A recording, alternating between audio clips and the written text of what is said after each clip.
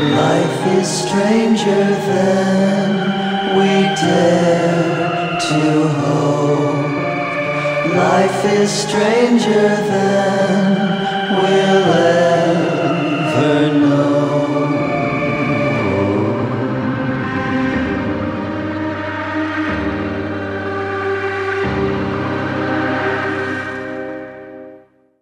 Picture, if you will, a woman on the brink of madness. A woman so alone in life she creates an alternate world. One where she is queen and she has a host of friends that love her and always listen. They are all she needs, and she is all they need. This is Denise Smith, and this is her DollHouse.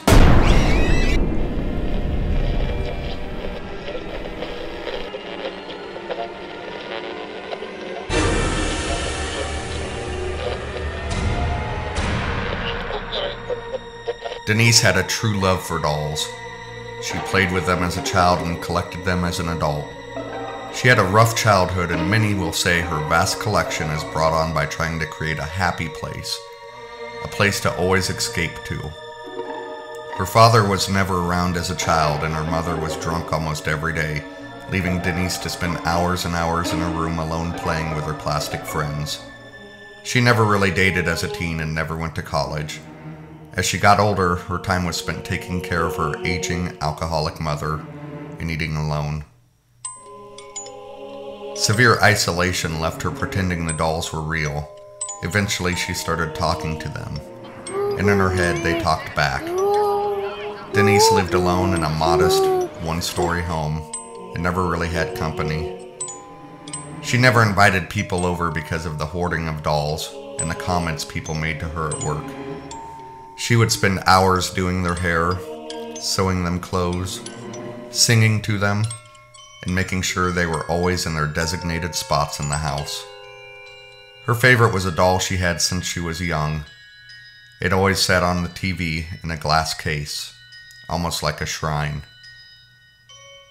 She never had much and seemed to just eke through life. The neighborhood she lived in used to be a nice place where families sat outside and kids played in the park. As the city grew, the buildings filled in around any empty space available.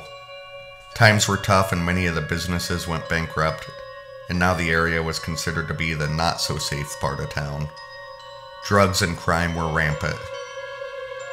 Denise ended her shift and drove home. Entering her house, she said hello to all her collection, warmed up a TV dinner, and sat down in her chair to watch the evening news. After dishes were done, she drifted off to sleep and was startled by a noise. She looked out the windows and saw nothing but the clear night sky. Back in her chair, she drifted off to sleep again. This time, she was awoken by the sound of a soft voice calling her name. Dismissing it as one of her bored hallucinations, she ignored it. Again, Denise. The soft voice called. Again, she ignored. This time there was a large crash and a scream. The power to the house was gone. Scared, Denise ran to the neighbors and dialed 911. When police arrived, they found a broken window above the kitchen sink. A robber was halfway through, lying dead from electrocution. 2 hands in the sink water, and a plugged-in hairdryer. Beside it all laid one out-of-place doll, the first doll Denise owned as a child. Her special doll, the one she kept in the glass case. Every town has a Denise Smith, a person alone and who keeps to themselves. Someone who creates their own world, and to the rest of the town are considered to be crazy. Sometimes the biggest fools are the ones who refuse to believe, and the ones who lose imagination. Maybe if they open their eyes to the possibilities of this world, the answers will make them cringe.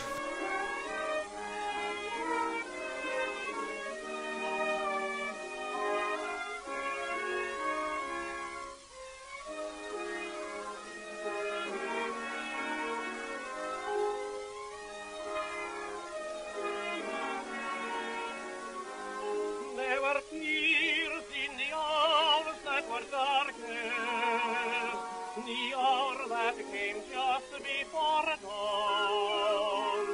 But a smile lurks today where a tear used to stray, and the curtain of darkness is drawn.